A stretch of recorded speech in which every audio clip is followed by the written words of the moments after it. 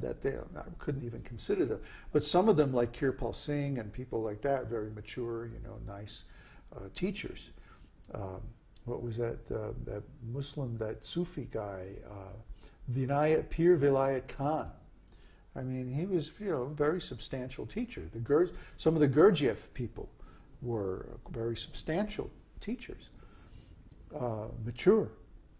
So I hadn't really made up my mind, I knew I wanted a spiritual master. I knew I was looking for an esoteric school, but I didn't really recognize anything special about Śrīla Prabhupāda. Maybe that's because I only came in contact with his disciples and not him directly. But as it were, anyway, Khan Sahib said, you should go study with him because he knows this science of rasa perfectly. Apparently he had read an early draft of this Nectar of Devotion, and he was very impressed. So with that introduction, I went to Śrīla Prabhupāda, and that's when I became his disciple. Because after all, here's the world's greatest authority on the question that I had carried with me for so many years that nobody else could answer, even begin to answer. Khan Sahib could begin to answer it. But I knew that I didn't want to become like him. He was a drunkard and so many things. I didn't want to become like him. I wanted something higher. I wanted to become a master. I wanted to become self-realized. And here's Prabhupada. You see? So it all fits together. You see? Only someone with this level of knowledge can reveal the actual meaning of the scriptures. Only someone who's actually self-realized, who actually knows God, can reveal the way to reach God. Everyone else is going to be more or less guessing. Well, I think, maybe, it says in this book, and da, da, da. But do they really know? No. No. Because you can only know God directly through your consciousness. You cannot know, it's very nice if you meet somebody who is in a state of high self-realization. But unless you yourself do the work, unless you yourself realize these truths for yourself, the fact that this other person is realized doesn't really help you.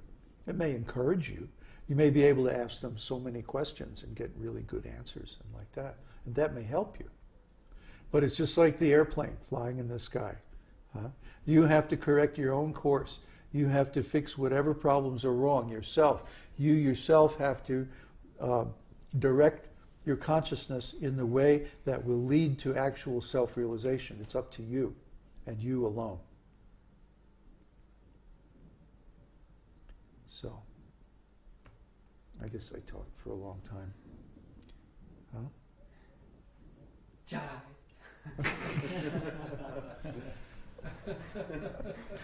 I get wound up about this stuff. I really do, Yeah. I never had anybody I could talk to before.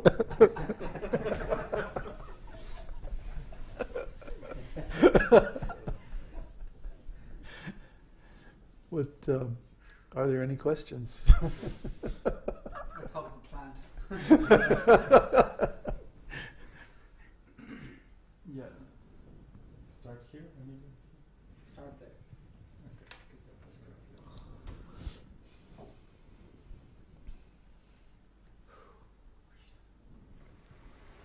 At the beginning we were talking about astrology and readings and like that. So at that time there was a question from Ronald Singh. Is a reading always required for a devotee?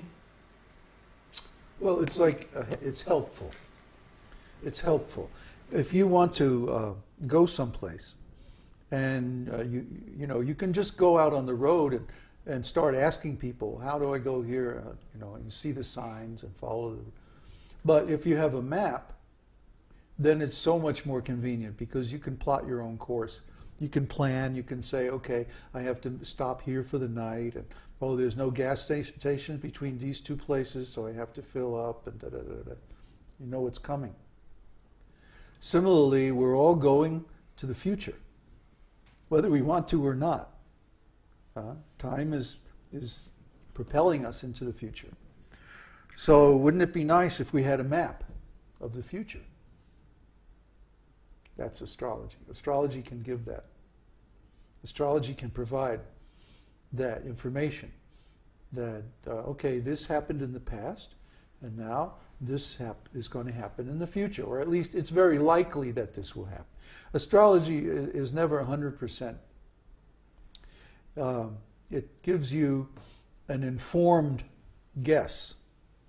But because the map of astrology is generated at your birth, but since your birth you've performed so many other activities, and so your karma has changed. You see? And we don't know exactly how it's changed. So it has some influence on the accuracy of the predictions. Nothing is mechanical because everything is influenced by consciousness. So if you change your consciousness or you change your activities, you can also change your future. That's our hope. Our whole hope for the future is built on the fact that you can change it. You can change the future, you can change your destiny, you can change your consciousness by changing your activities. If you had one kind of activities up to this point, and things are not going exactly the way you would like, you can change your activities, and you can change the future. You can't change the past. And you can't change the future completely.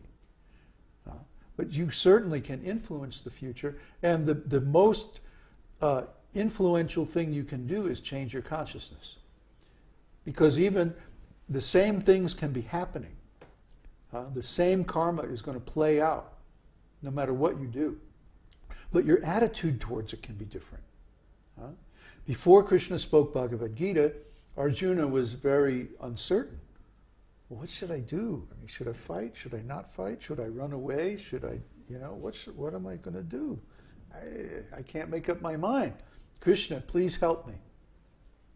And then Krishna spoke Bhagavad-gītā, and at the end, Arjuna says, oh, now all my confusion is dispelled.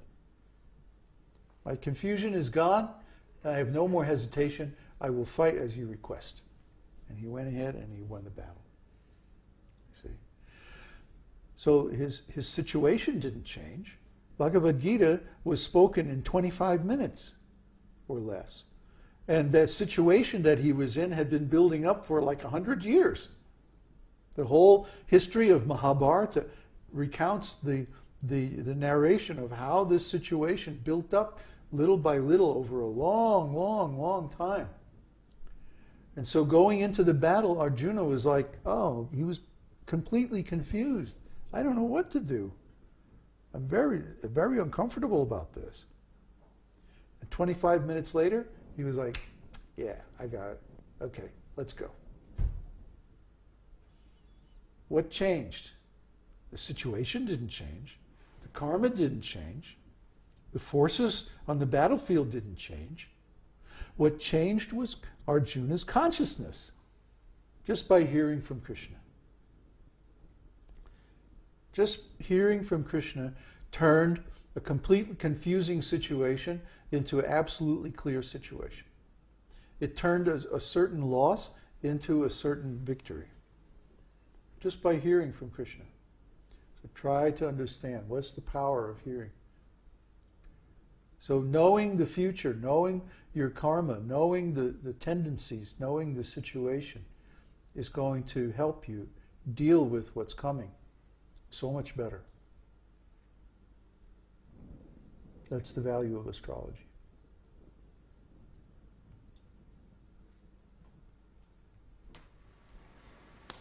The next question from Tiago.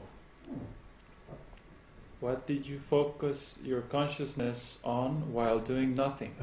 Was it on Krishna, just like while chanting?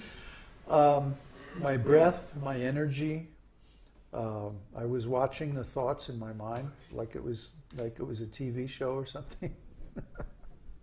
What a weird show, man. I was watching. Well, of course, I was chanting sometimes too. But mostly I was just watching my energy.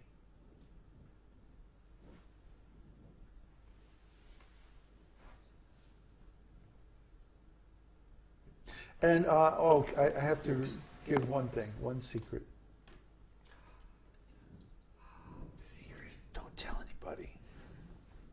But I was following a book by Rajneesh called The Secret of the Golden Flower. Actually, The Secret of the Golden Flower was translated by W. Evans Wentz. And Rajneesh was just commenting on it. But he gave a couple of insights that were crucial. This book is no longer in print. You cannot find it anywhere. It's not on the internet. It was there because I needed it, I guess.